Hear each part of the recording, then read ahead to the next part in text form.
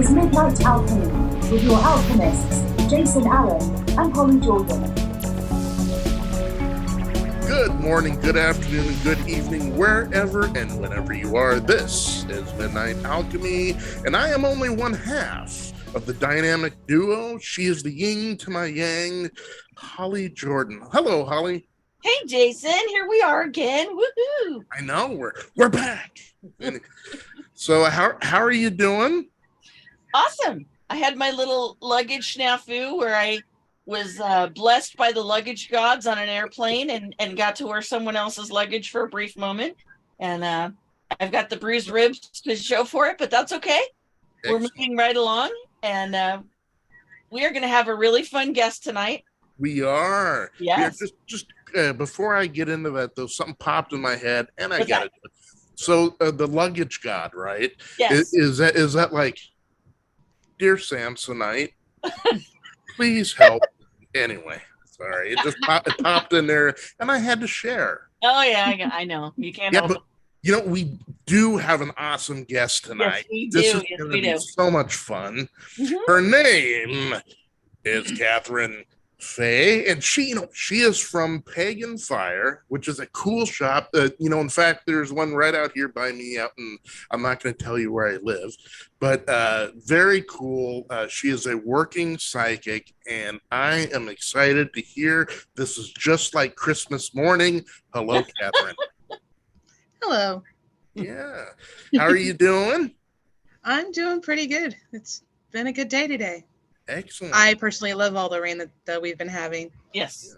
Hey, tell us, before we get in to the meat of the interview, tell us a little bit about Pagan Fyre. Well, Pagan Fyre itself is located in Cornelius, Oregon. I believe Freddie started it in June. Freddie, when did you start Pagan Fyre? June 20th, 2020. June 20th, 2000. Yep, June 20th, 2020. There's the disembodied voice. Yeah, considering the fact that he opened in a pandemic, I think it's doing pretty good that it's still open now. We are looking for investors, though, to help stock the shelves, because the shows aren't doing as well as we'd like. COVID rules, I suppose. Right. Well, it's a wonderful shop. Doug and I actually went in there this week and checked it out, and it's really fun. So I enjoyed it. It was really a neat little store. So, Freddie, we would like to see more of you whenever you would like to. Did you hear that, Freddie? They said they'd like to see more of you whenever they can. Okay. All right. So, why don't you tell all the viewers out there a little bit about yourself? Introduce yourself. Well, I'm originally from El Paso, Texas. I've been in Oregon since April 13th of 2019. Oh, wow. It's been an interesting ride so far. I've been with Pagan Fyre since May of last year. Nice. But that's because I was still spending the first 3 years that I was in Oregon trying to follow the mundane life that my parents would have wanted, and decided, I'm tired of doing that. So Freddie let me rent tarot reading space in his shop, and thus the Crows of Fate Psychic Services were born inside of Pagan Fyre. Nice. Very cool. Hey, tell us what sort of stuff does Pagan Fyre have? Because I'm going to go down there like tomorrow, and I'm going to invade, maybe bring a pup tent. I'm going to forward my mail. Tell us what's all in Pagan Fyre. Well, what's at Pagan Fyre right now is a little bit of incense, a few candles. We do have herbs and spell jars, a Gehenna Magic, which is done by Cheryl Damien's wife. She does pre-made spell jars for good luck. Home blessing jars, offering jars, self-love herb mixes, and money potions and stuff. Well, not potions, but herbs that you can use for money spells and stuff. It's cool. I'm going to set up a dump truck full of self-love spells. That would be nice. Yeah. Hey, Katheryn, now how long have you been a working psychic? How long have you had this gift? And sub question A, when did this all start for you, or when did you realize that you had this gift? When I realized I had this gift was a long time ago. When I actually started utilizing it was last year, because in the South, if you see something, no, you didn't, kind of thing. Gotcha. Both spiritually and politically. Yeah. It's the same thing all across the board. If you Yeah. saw something, no, you didn't.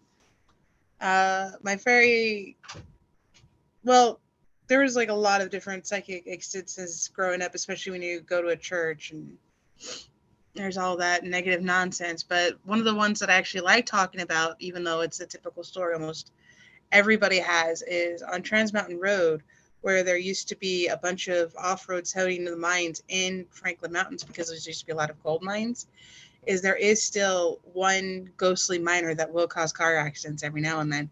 Oh And my. one night, my mom and I did see him leaving from my grandma's house to go to our house, Wow. because the pass was the shortest way. Sure. What was And it like? she decided to drive around midnight, and it was kind of weird because I thought it was a homeless dude that was just wandering, and my mom didn't stop, and I was like, Mom, why not? I was like, because he was wearing mining clothes. I'm like, well, what does that have to do with things? She's like, the mine's been closed since the 1950s, honey. Oh. Oh, party foul. Wow. Yeah. Yeah. Yeah. Oh my. She Yeah. also said we weren't supposed to talk to any about it, but she's been dead since 2007, so I think we're okay there. It's probably safe. Yes. It's Yeah. probably safe. The grace period is over. Right. Right. Yeah. So at a young age, when you first realized that you had this gift, how did you handle it? Like a smartass. Yeah.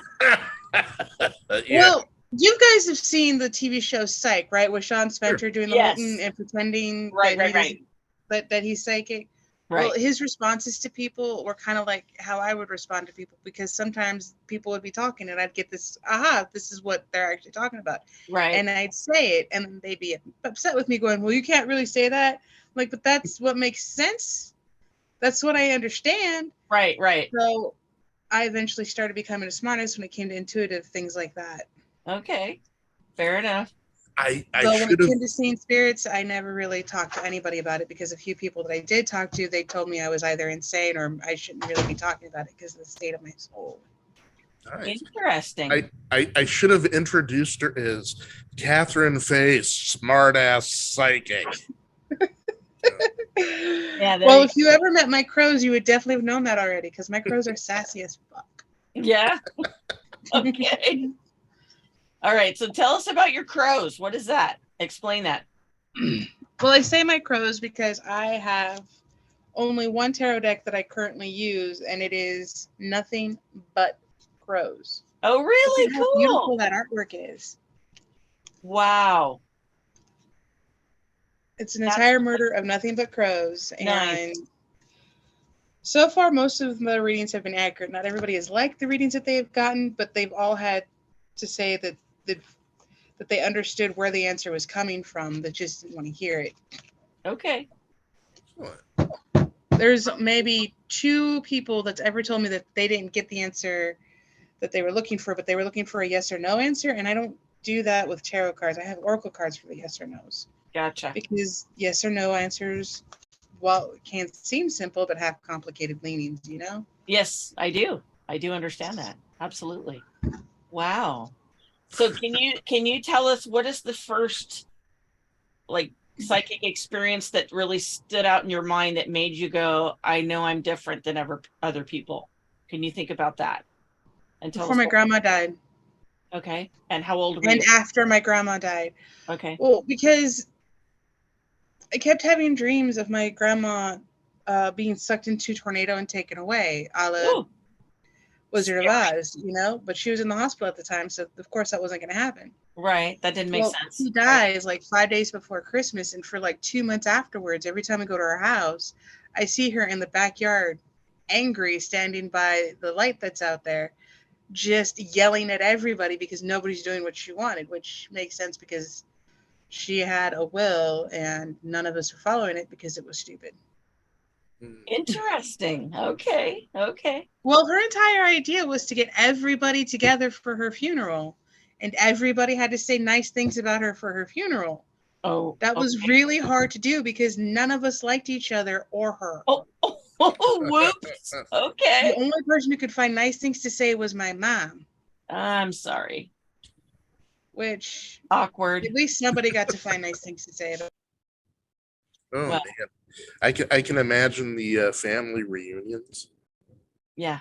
Yeah. So take us through a day, right? The okay, I'm gonna say normal day of a working psychic. I mean, how do you approach it?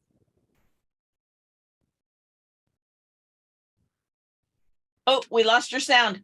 Oh, We lost your sound, honey. Okay, here I am. okay. Do over. I approach it one day at a time because honestly, it's been an interesting ride actually being able to talk to people about stuff, because I've been able to talk to Freddie about what my crows have said when it came to point out readings to have them come true, and him actually seeking advice sometimes when it comes to dealing with things. The only frustrating thing is when they tell me something's going to happen and I'm not sure when, because my crows tell me an investor is coming soon, Okay. but not when. But they've been telling me soon since the beginning of the year. So is it like Yeah. Right. what's the time No, period on that? I get that. I get that. Sometimes it's hard to get cooperating entities or spirits to give you numbers that are tangible in the physical world, because time is translucent for them. In Right. other words, And sometimes spirit doesn't understand the necessity to transfer money, right. because they do understand transfer of trade, Right. but America doesn't operate on trade, which is unfortunate. Yeah. I personally do for my business, but I'm allowed to because I can Right. still pay for my business license at the end of the day. Right. And it's all the government really cares about. But when you Right. need to put product on the shelf and all of that stuff, and It's different. yeah. So tell us a good psychic story. I would like to hear something, please.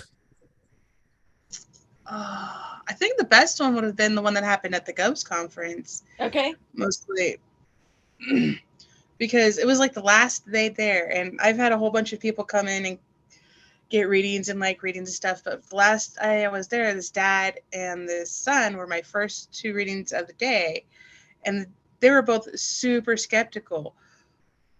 But I pulled the crows for them and got the answers, and the answers came as they do, like either in bits and pieces of advice or weird little TV snippets. Right.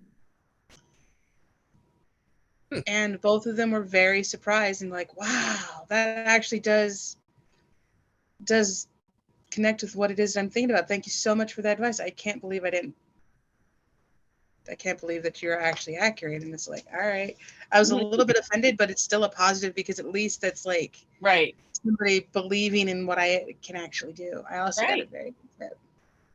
Nice. Hey, have you ever had any readings that have been just well, okay, scary? Something that you've seen that kind of put you back on your heels a little bit?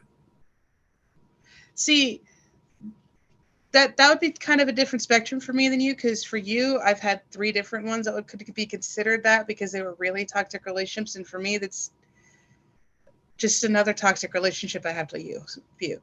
Like, Gotcha. there hasn't been anybody that's been so bad that the crows are like, this is a bad person, get them away.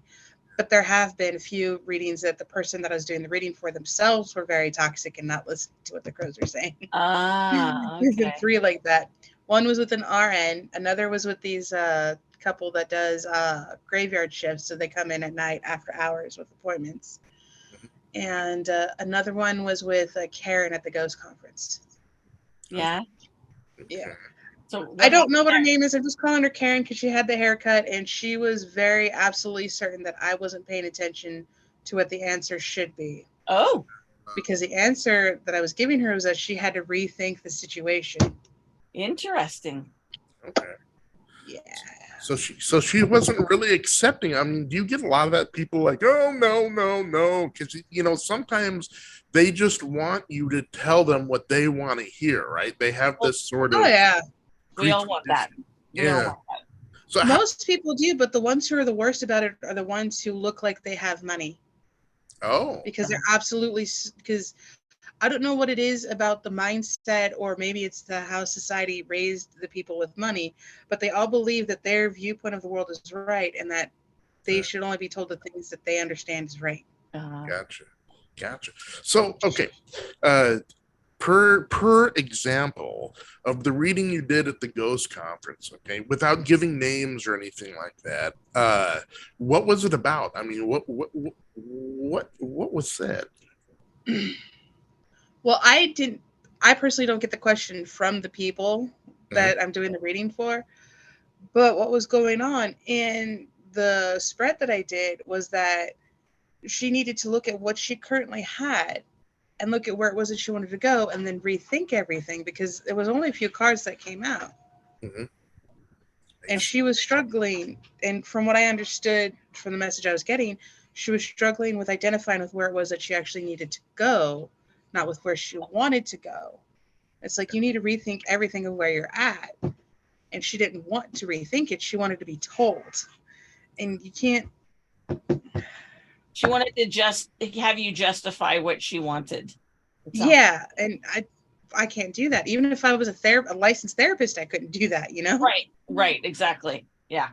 Well, yeah, I mean, you get what you get, right? And right. So, I mean, it just can't be like tailoring to what, you will meet a tall, dark stranger, Right. It has to be what the cards read, what vibe you're getting, or and that's the next question. Good segue. So, how do you, I mean, you do the crows, which I dig, by the way, that's awesome. Do you get and you mentioned video snippets, how do you get this reading? Because I'm very intrigued by it. Well, I'll show you as an example. Okay. All right. Let's say you come in for a reading, and I'm Bob. Shuffle. I hand you the deck. You think of your question, and while thinking of your question, you shuffle the deck, handle it, split it, whatever, and then depending upon which reading you're paid for, I will pull out a card. Okay. And then let's say that the Nine of Pentacles first comes up. That talks about prosperity with friends and moving forward with being able to gather all the abundance that you need. And then the Wheel of Fortune with change. And what would be the next one? And then, of course, the Nine of Cups. And then I'll bring out the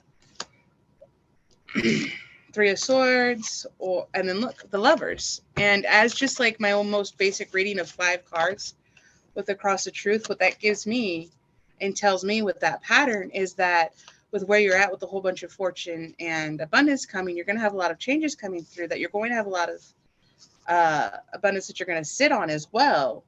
That's going to bring you a bunch of a lot of changes and stuff, and a lot of things that you'll be able to do for other people. But you have to deal with the fact that you've had your heart broken before when you go into your next partnership, and depending upon what it feels like, is sometimes these feel platonic and sometimes they feel like actual relationships, depending. And with everything the way that it is now, and the fact that I don't really feel anything, but I'm not really doing an actual reading, I would definitely say that this was platonic and business related, But that was also just the basics of how I do things. And sometimes I'll get snippets from movies or little memes, because I remember one reading I did where at the end of the reading, the thing that popped in my head when I pulled out the Three of Wands was, we're going on a ship, on a magic rocket ship, because the Three of Wands means a new journey and a new horizon. And that kept playing in my head. Or the Disney movie will pop in. I do remember one reading where somebody was worried about moving forward, and the thing that popped in my head as the advice was RuPaul. So it's just a bunch of it's interesting. It's kind of fun. Maybe I can interject here, Jason. So what I learned from my experience as a psychic is that the spirit is incredibly gracious to the psychic to give us symbols and ideology and images or movies, pictures, like Kat was just saying, that we understand, so that we relate instantly with either an image or a song or something that we've heard, that we go, oh, whatever our very first thought, whatever the first image that resonates with you, that's the message. That's what's relayed. And so when she says she sees a movie, Yeah. I do the same thing. It's like, oh, I know what that is. Yeah. That means hot water heater, or that's what makes me think of watermelon and summer and eating outside or whatever it is. There's an ideology with it that helps you connect. The cards are basically like a funnel of information that helps you to narrow down what the spirit is trying to get to the other person. And so you're kind of like, you're intuitive in that you're grabbing all this information from the outside universe coming in through a funnel of spirit to give to this other person so they can understand it. Yeah. Gotcha.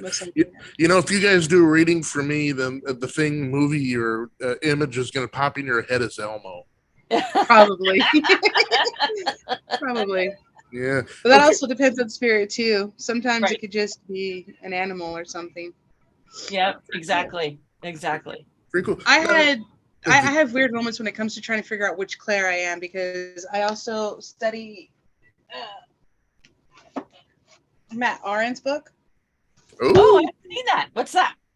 The Mastering Magic for Psychic Witches. I've also read his first one, The Psychic Witch, and he talks about a little different types of clairs that you could possibly be. And I've had experience with a lot of them, from the synesthesia to the audio to the smells. I can't remember the name of them, but yes, I know what you're talking about. Yeah, like there's so many different types of clairs. It's like, yeah, if you have like this random thing from your childhood, and it's like, yeah, that happens a lot.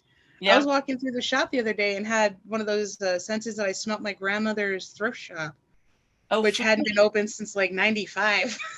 Wow. It also doesn't help that the clothing people probably get clothes from the same area. They're just not as well made. Right. That's entirely likely. That makes sense. Yeah. Well, they say the sense of smell is one of the strongest triggers for memory. So I'm surprised that you went there. That makes sense. Right. Grandmother's baking bread.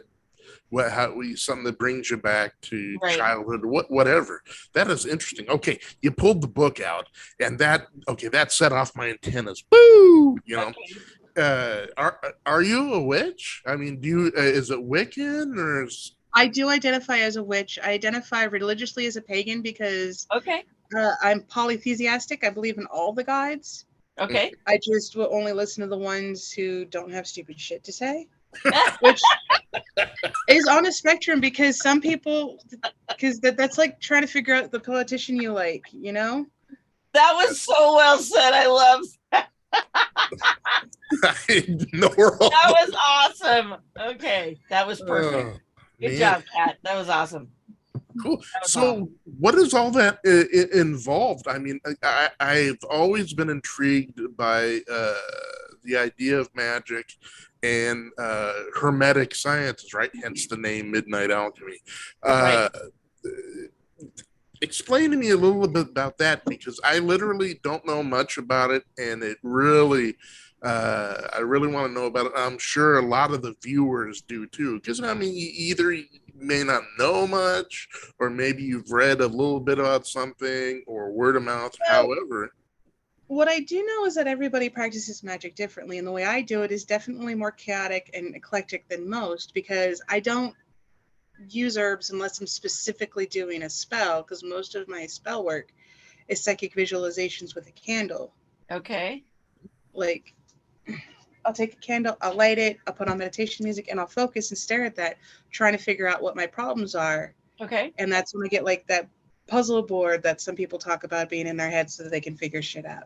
Okay. Gotcha. We do that with the candle magic. But when it comes to doing things specifically, I kind of follow the old school route. Like when it comes to making money spells, I do pull the ingredients together and create the spell bowl or the money pouch and do it that way, as most witches do. But I don't burn herbs during my rituals. My rituals are more psychic focused. Interesting. That's really cool. Now, you talked about being a pagan, and that excites me too. So, there's like Norse gods. There's the classical Greek. Explain, and even the Romans. But well, see, and that's what makes me kind of eclectic, is because all the gods that I do listen to don't come from one pantheon, because I follow Hecate, Dionysus, Loki, and I've been starting to listen to Lilith a little bit because she has some points, but she's kind of a mean girl, so I don't always listen to her either. Gotcha. Take me through a little bit about Lilith, because you have the background in Judaism of it, the deep Kabbalah stuff that I don't Yeah, know like about. I will admit a lot of my issue with Lilith at first did come from Christian upbringing and being told that she was the bad person, but then finding out that she was demonized as Abraham's first wife made it a little bit Right. better. Right. And currently the whole listening to her stuff is that she is a goddess who takes care of lost children and is a patron for mothers who have given up their kids for adoption, which I am a mom who has done that. And I've also had my SA problems, which she's also helpful with. Actually, all the gods I listen to have had SA, are supposed to be helpful with sexual assault and trauma. Nice. Loki especially. That's amazing. Yeah. What are some of the other names of the other gods that have they introduced you as, a name, or is it I don't know. Well, like the gods that I do follow, the names that I do know is because everybody knows those names, like Hecate and Dionysus. They're from the Grecian area. Loki is, of course, Norse, though I think he might actually have some Pictish origins that are hard to find because the Picts didn't really write anything down anyway. Right. And then, of course, Lilith with the whole Judaic stuff. There's also slight differences with Lilith being Lily of the Valley and Mother of Witches in the Mesopotamian era. Right. That also gets kind of confused because of Christianity and Judaism and the whole Abrahamic slaughter fest that happened thousands of years ago. Right. Abrahamic. Welcome to the Abrahamic Slaughter Fest. Well, it might as well be that at this point. Yes. Very true. That is awesome. I'm going to remember that for like days on end now. Abrahamic Slaughter Fest. People are looking at me like, what? Yeah, that's Well, when really... I was first learning about Christianity and the whole Knights Templar thing, that's kind of how it came into my head. Like there was a coliseum of religion, and Christianity is the one that won. Right. That's very true. Yeah. Well, and there is the thought that history is known by its victors. So a lot of times what we do know about our history is very filtered through whoever took the prize. Right. And the only one who was decent about it was Alexander the Great, who had that great library that the Christians destroyed because it did not agree with their teachings. Right. Yeah. As much as Alexander the Great was a conqueror, he at least kept knowledge. Yes. Right. Yeah. I love the historical stuff. Now you got me going here. Because remember back when you're talking about Abrahamic and things, even pre that, I mean, there was nothing called Judaism, right? This is pre Moses, right? So people forget that though, because they always try to put into their connotations for their belief system, right? And so when you tell them that this is all pre-Abrahamic, there was no label to it. They kind of get their mind blown, because they want to put it in their own paradigm. Right. So what do you tell those people, if you talk to people about paganism and the gods, how do you explain it to them? Because when you talk about like the gods from the Picts, which if my memory serves me right, is pre-England, pre-British, pre-Roman rule, just when they were mostly still tribal. Yeah. Very cool. Yeah. Well, yeah, and the only reason why I think that Loki might have been a Pict originally is because even in Norse mythology, he's talked about being a blue giant, and the Picts are notably blue in battle.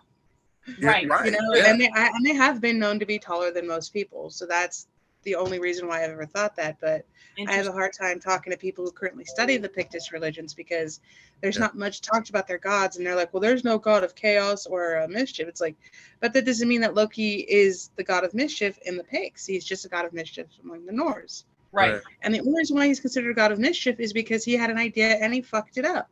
Right. Yeah. And also, I mean, you got to also remember as the Vikings went south into what is today England, right? You had these beliefs in the Picts. So it's to me, it's entirely not only possible but probable. Especially that, since Loki is Odin's brother by adoption in battle. Yeah, right. Which So, probably means that they faced each other in battle. They couldn't beat each other. So it's like, all right, you're my brother now, which is a total Viking thing to do. Right. Yeah. Like, I can't kill you, so now we're brothers. Right. And the adoption part too. I mean, what do you dissemble that from how myths and legends or what have you form? Because if it did came from the Picts, that makes absolute sense that it would be an adopted sort of thing as it blends into Norse mythology. Right? Here I am rambling on. Sorry about that. Okay. No, it's fine. But yeah, that I'm always intrigued by that. Because I really don't know much about paganism. I mean, I do know somewhat from learning in history about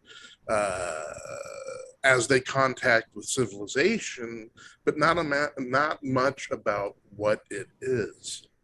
The sad truth about paganism is we've lost more information than we actually know, because there's a lot of lost religions and lost deities out there that we're discovering hieroglyphs for that we can't actually name those deities because their information was destroyed a long time ago, and there's not even a follower, and you could probably piece together who they could have been or what they could possibly stand for by other texts, but that still doesn't say much. Yeah.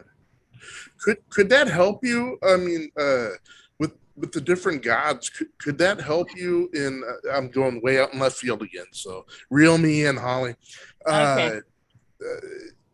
Help you with your psychic readings, because we're talking about immortal beings, and so then they know crap. Well, I think that's why my crows are so sassy, because a lot of the deities I follow have crows as their animal, like Hecate and Loki, and I think Lilith as well. I'm not entirely sure about Dionysus, but he's known to have all of the greedy animals, so that makes sense too.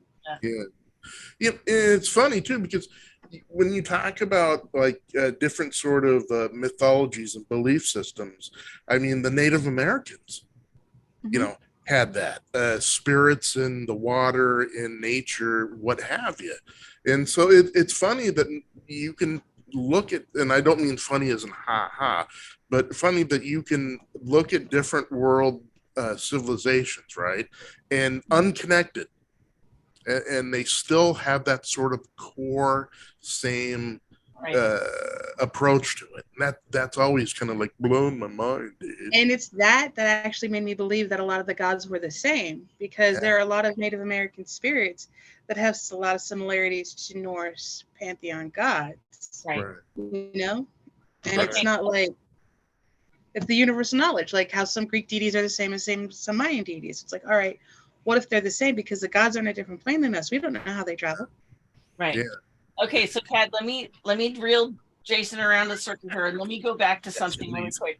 So, for somebody that's listening that has never been a pagan or has thought that maybe their religion is quite what they wanted it to be or what they need it to be, but they feel called to some sort of either worship or some kind of draw to faith, but they're not sure what it is, tell them how you connected with your pagan faith and how that has worked for you.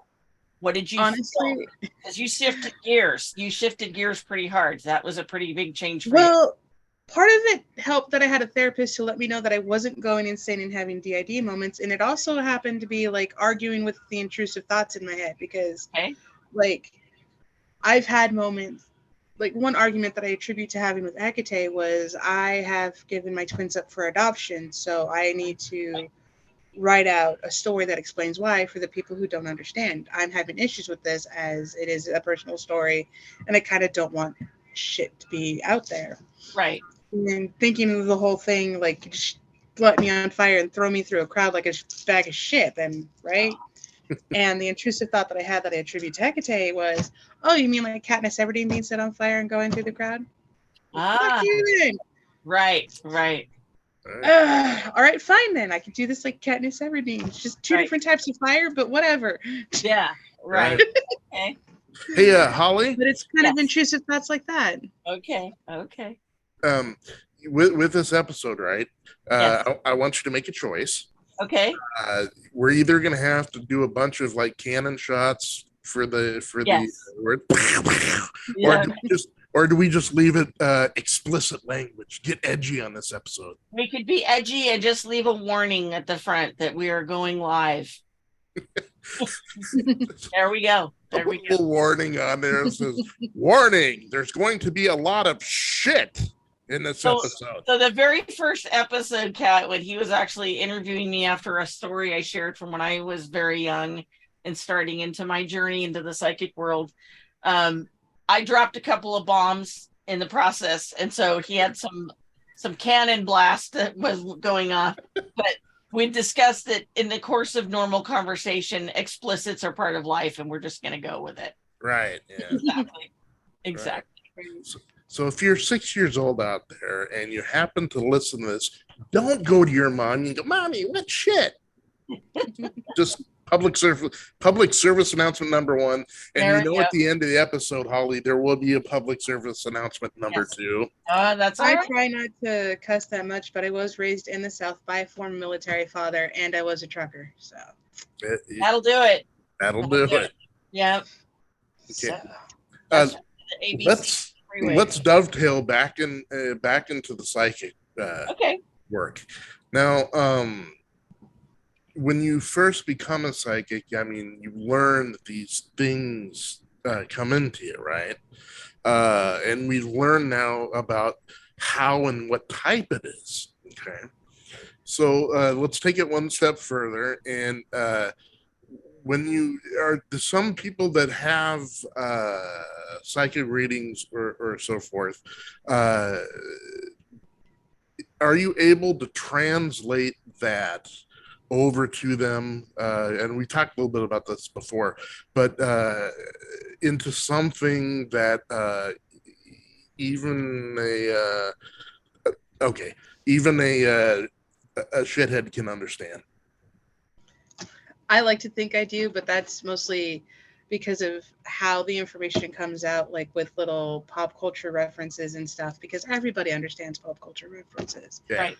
I wish either one of you have had a reading from me, because then you would understand the discourse that comes back and forth, because it is talking about each card and how things come out and how I feel that card is related to the reading specifically with that person. And that's usually when the information comes in with a bit of either pop culture reference, movie reference, book I've read or something, because I have consumed a lot of different media over the years. Right. Trying to ignore everything. Right. No, I get it. So how did you fine tune your psychic gifts? Did you go to classes? Did you read up on it? How did you get started? I've had random readings and books throughout the years. The fine tuning of what to listen to and what not listen to just came with practice every day, because I couldn't quite shut everything off. Plus, my mom had taught me a way to like just pretend it didn't exist, because there was a certain way the world had to exist, except that world was very bland and very two-dimensional. Okay. So it gave me room to explore everything else psychically, especially when you're a child who has to sit there and sit quietly. Matt actually talks about it in his book sometimes, that when you just have to sit there and sit quietly, you can still just play with the energy around you. Interesting. That's clever. And I learned to do that a lot. I just learned not to talk about it. Right. Hey, And when it came to tarot reading, I found my first deck in 2015. Oh, wow. Okay. Yeah, there was a shop near this church I was going to, and the deck had a cross on the back of it, and it amused me, so I picked it up. Yeah. And I hadn't actually given anybody else readings with that deck, but I brought it with me to Oregon. Lost the kings in that deck, have no idea where they went. Interesting. It was suggested to me that I can ask Spirit where the kings went, and where they went would probably tell me whatever lesson it was I needed to learn, but I am stubborn and I don't want to care. Gotcha. Okay. But I was able to find my crows, and the ironic thing about my crows is I had a choice between them and the supernatural deck at the time, because that was all I could afford. And it's like, no, I'm going to take my reading seriously. So I picked up the crows, and I've been having really decent, accurate readings with them, and been able to read for other people. Nice. Very fairly well. So when It's- somebody wants to get a reading from you, how would they go about doing that? How would they work that out? How would they get a hold of you? Well, they would call the number, which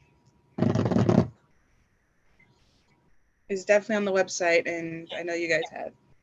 I need to find the business. We'll make Oh, sure yeah. post it. Okay, we'll make sure and post it for you. Yeah, but they can call the phone number to make an appointment, Okay.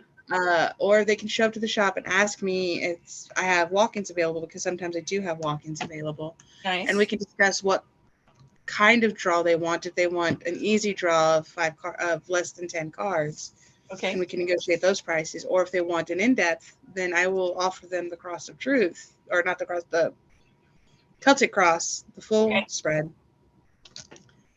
And I will take them to my tarot reading space, explain to them that they just have to think of the question while shuffling and splitting the cards. And when they feel done with the deck, they hand it back to me, and I'll pull the cards from there, and then we will start the discussion off. Sometimes it lasts 30 minutes. Rarely it goes an hour, but when it goes an hour, they really, really want to talk about what's going on. And I always end up pulling an anchor after that, because that usually means that we ended it with a bad card like the devil or the tower. It's like, all right, so how do we resolve that? Right. Because while it is an ending, it just also, it's not the end. It's just how your current situation is going to end up. And there's a way around that, and that's where you go to the anchor. Gotcha.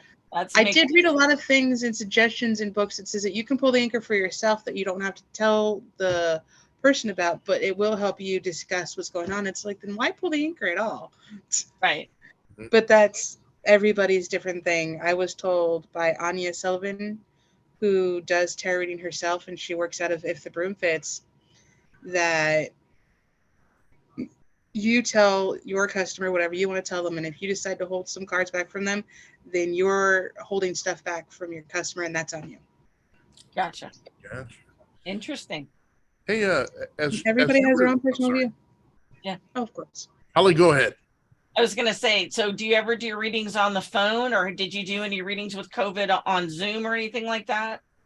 No, I started doing readings last year when COVID ended. I hadn't read for anybody during COVID because I didn't even want to.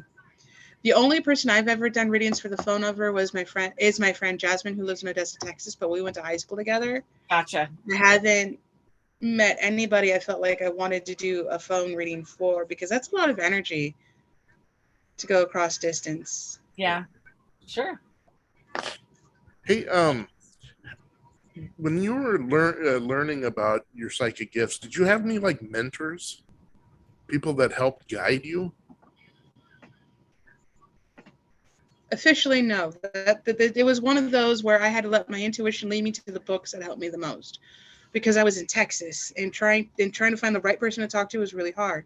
Because sometimes my intuition would tell me that this person will have the information I want, but then that person would be, well, I can't give you that information because the state of your soul and what would your parents think, kind of thing. Yeah. So it had to be, kind of like how they teach you to pray in church. Like, okay, what is it that I could use that could actually help me? And then, yeah, got it. Grab the book that my finger stuck to. Right. Gotcha. That brings me to my next question. What sort of books did guide you? I mean, that you. Mostly fiction books. Mercedes Lackey, her entire Valdemar series helped. Marion Samir Bradley, her series actually helped a lot, especially when it came to the psychic focusing and visualization thing. Interesting. But that's because she used actual things that came from books in the 80s. Ah. And if anybody right now talks badly about Marion Samir Bradley, it's because of the child molestation charges and stuff, which has nothing to do with the information that she has, because she has good information. She's just not that great of a person. Interesting. It's one of those things. Gotcha. I like asking this question because there's a bunch of different takes on it, and that is, if you're somebody and you realize that you have this sort of gift, right? What advice would you tell them? Well, the first off is that if you feel insane, that's fine, because the world is insane. Yeah. Gotcha. And there is no such thing as coincidence. So if there's too many patterns coming along that has coincidences, you probably should start looking into figuring out how to center and ground yourself, because that's step one in learning how to shield yourself and to block the things that you don't want. Because there's this thing that I like to call a cosmic shield, where you could just shield yourself from everything, but that's literally everything, all information, all input. You can't even receive minor information from the person sitting next to you. And as a psychic, while that sensory deprivation is great, it's also very isolating. Yeah. That's fair. Okay. So if you learn to ground and center, then you could figure out which information is good and which is bad, and you don't have to do the cosmic show. Gotcha. Okay, let's transfer that question from to paganism. How does someone find out about that? Well, honestly, for the little definition about paganism, is if you decide to step away from Christianity, you thus then become pagan, because you decide to follow a path that's not with what's the general rule. Sure. And Christianity, Judaism, and the top Abrahamic religions are not considered paganism because they're the top religions. Right. Which is a little annoying, but that's how it is. Okay. I'm an eclectic pagan because I have an eclectic beliefs system. And I follow a very personal moral code, as in, if it doesn't bother me and it doesn't bother you, then I don't give a shit. Right. Yeah. Which is the simplest way to put it, but then it gets kind of complicated because everybody else is like, but you have to have specific rules for certain things. Yes, I have my boundaries, and if my boundaries are stated and then violated, then you're the asshole. But if my boundaries are not stated but still violated, then that's forgiven once. Mm-hmm. Right. There's that whole thing, because you can't declare war against somebody who didn't know where your borders were. Right. Now, if you tell them where it is and they still want to be dicks anyway, then war can be declared. Otherwise, negotiations. Because I mean, obviously, if somebody wants more information and they want to learn more about paganism, obviously they would want to find other like-minded people. How do they do that in a world that just has the three Abrahamic, religions? How do they do that? Well, there's this wonderful thing called Other Worlds of Wonder. Freddie, what's the website? It's www.owow.org.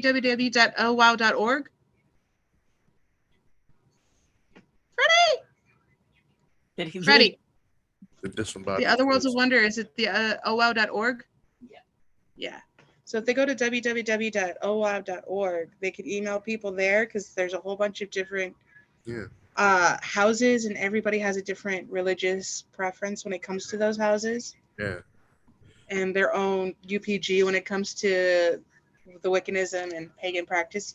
We're actually they're holding a midsummer event where kids are included, and they're actually looking for volunteers for that event. And it's a great way to get connected with the pagan community. Nice. Other Worlds of Wonder, owow.org. Yeah, I want to learn more about that. So I'm going to go to that website. Can you please give the URL again? www.owow.org. OWOW. Other Worlds of Wonder. That may be the coolest URL ever. I know. That is right. I love that. I know we kind of have a pedestrian sort of URL, the midnightalchemyshow.com. And it doesn't have that oh wow factor to it. Doesn't sizzle. Right. Yeah. Katheryn, it has been an awesome interview with you. I love the language too, because usually we have to conform, and everything like that. It is so cool to let loose and just go right. Hey, Holly, it's nice being able to talk about my gifts for once. Well, yeah, that's awesome. Yeah, that is very cool. Holly, before we go, yes, do you have any questions? Because I just realized that I've been monopolizing a lot of the questions, and maybe I should just shut the hell up. Actually, I think you did a good job, Jason, because I think one of the most important things we want to do especially with Kat, is help people to find her so they can Right. work with her and her gifts. Right.